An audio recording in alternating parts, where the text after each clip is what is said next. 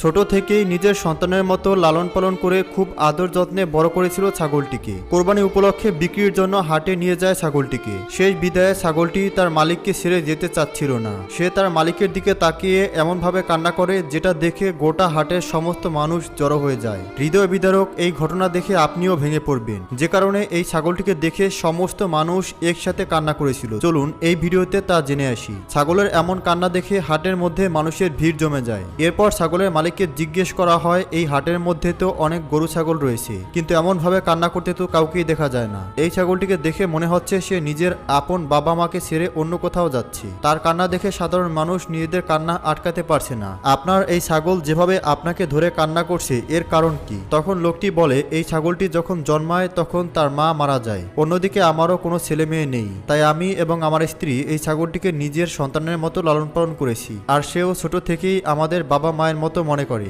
এমন একটা দিনও যায়নি যেই দিন আমরা তাকে রেখে খাবার খেয়েছি। আমরা কম দামি খাবার খেলেও তাকে দুধ, ঘি, আপেল, কলা, ড্রাই ফ্রুট সহ অনেক দামি দামি ফল আর শাকসবজি খেতে দিয়েছি। সে একটু অসুস্থ হলেই তার চিন্তায় আমাদের রাত